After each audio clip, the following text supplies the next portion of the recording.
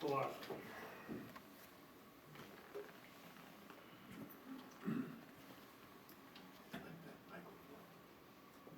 Okay, let's see if this works. Have you ever walked through the woods and heard, or perhaps this? Did it make you think of anything? I'm Jim Bloom, along with Naturalists Dan Best. And with more daylight hours, we're starting to venture into the woods more often. We're hearing things. And Dan, I've been hearing this drumming sound. Yes, rapid series of knocks. Yes, and I'm assuming it's a woodpecker. Yes, yes, indeed it is. But the woodpeckers aren't doing what you might think. They're not hammering into wood for insects when they're doing this. They're not? Nope, nope. They're playing the drums. They're playing the drums. Well, birds sing to delineate territory. It's kind of like invisible fence, but it's to keep birds of their own kind out rather than the dog in. Well, I've heard woodpeckers make long piping calls. Oh yeah, they're very vocal, but with birds there's calls and then there are songs. And woodpeckers, instead of singing, use percussion. Describe for me how the woodpeckers make this drumming sound. Well, they seek out a hard, resonant piece of wood on a tree and whack away in a rapid series of beats. I have seen situations, I've heard them, where woodpeckers are not deep in the woods up high in a tree, but they're actually on the side of a house going after metal or something. Yeah. Well, these man-made materials to great effect really can assert their territorial claim when they're using downspouts, aluminum siding, and even metal lighthouses. Kind of, you can think of it as sort of heavy metal music. Right? Yeah, real headbangers.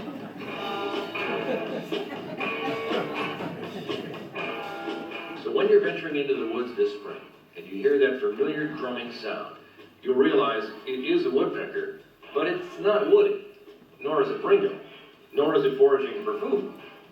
Oh, he's staking his claim, like all birds do in the spring, but he's using a drum. Instead of a song, Percussion. instead of vocals. Support for Beyond the Backyard comes from the Geauga Park District, preserving our natural heritage for future generations. Have you ever noticed, when you're at a concert or in the woods, it's always the drum solo that people remember? I'd like to meet Dan himself. Come on, everybody.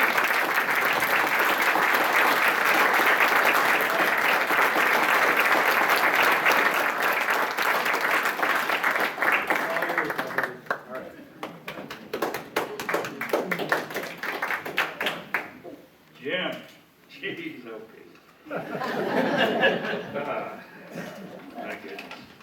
Those were fun times, they were. I mean, it's been over 20 years since we did that, and people are still, I remember you used to, wow.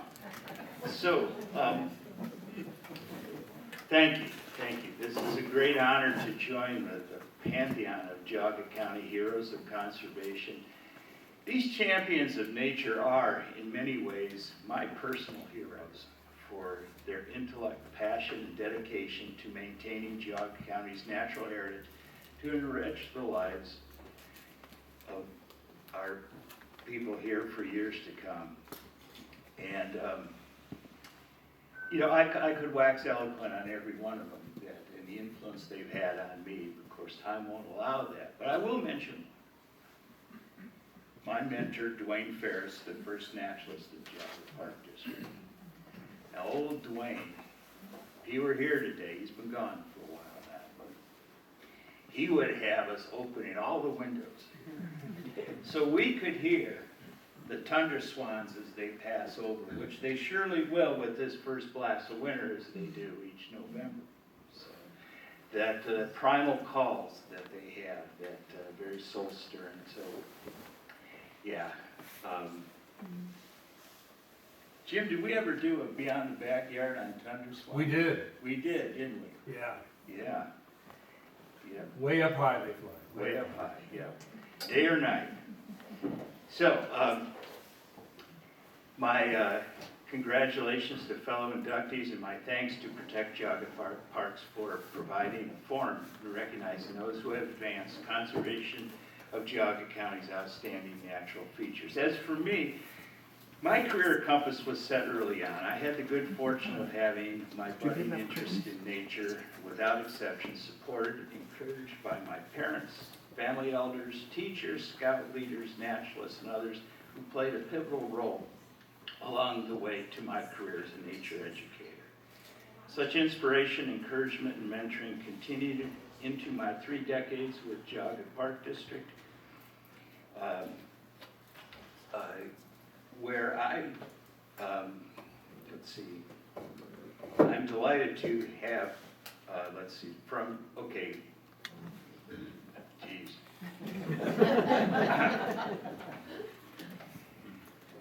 Yeah, trying to keep on track with the script here, so. Yeah, my 3 decades, all this inspiration, encouragement, mentoring from my fellow heroes, who I'm delighted to have present or represented and remembered today. Their influence still resides in me as I continue as a naturalist in retirement for various local entities.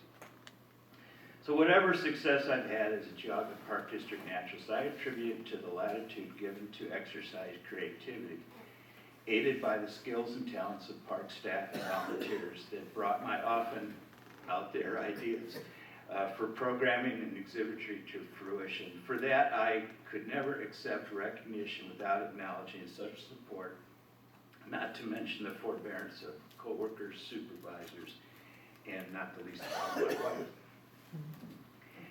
I was very fortunate to have worked at Geauga Park District during decades untainted by politics, while guided by visionary directors and park board members, united in advancement of Geauga Park District's mission to preserve, conserve, and protect the natural features of Geauga County. This while fostering a lasting appreciation among the public through educational experiences, the arts, and appropriate recreation that immerses people in nature.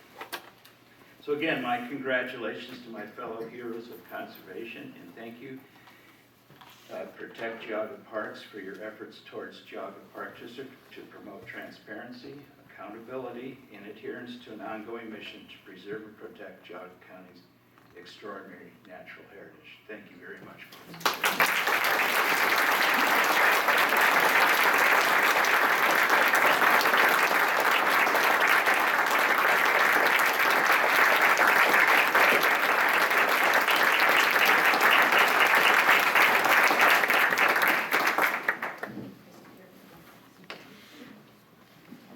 Thank you, Dan and Jim. And Nancy, we didn't recognize you, but you're,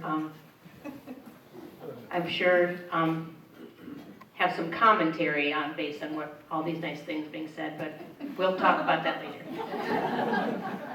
Next, we have Bill and Arlene Ginn, the late. They're going to be introduced by their daughter, Anna Ginn, who came here from Maine. So she gets the prize for coming the longest distance, and we really appreciate that.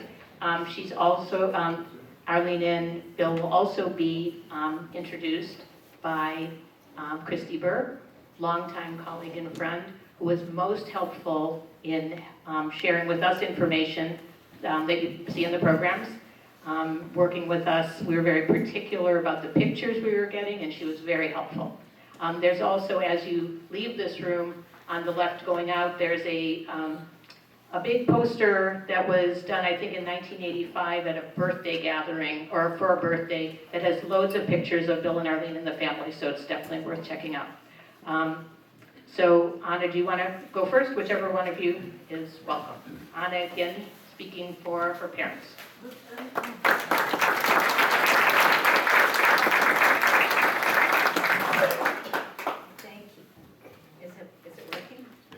Yes? Yes. Thank you. You know, my parents are my heroes, and they loved the Geauga Parks. Thank you, Jeff. And they're my heroes, and they love the Geauga Parks, so this is really an honor to be here today. So I wanted to tell you a few things about them. Their love of the outdoors and their commitment to preserving, conserving, and protecting the environment really started in their childhoods. They both came from farm families. In my mother's case, she was born in Grand Forks, North Dakota. in a Norwegian-American family, and she spent every summer of her life on the family farm in the Red River Valley. It was homesteaded by her mother and her mother's parents. In my father's case, he grew up in rural Pennsylvania, and he stomped through the woods to Ridley Creek with his Boy Scout troop and his brothers and sisters. He was surrounded by fruit trees, which helped support the family, and in fact, his father died in a fall from a fruit tree. I grew up in Shaker Heights, and my parents never left their rural roots far behind. So my mother picked wild berries and made jelly and canned and preserved fruit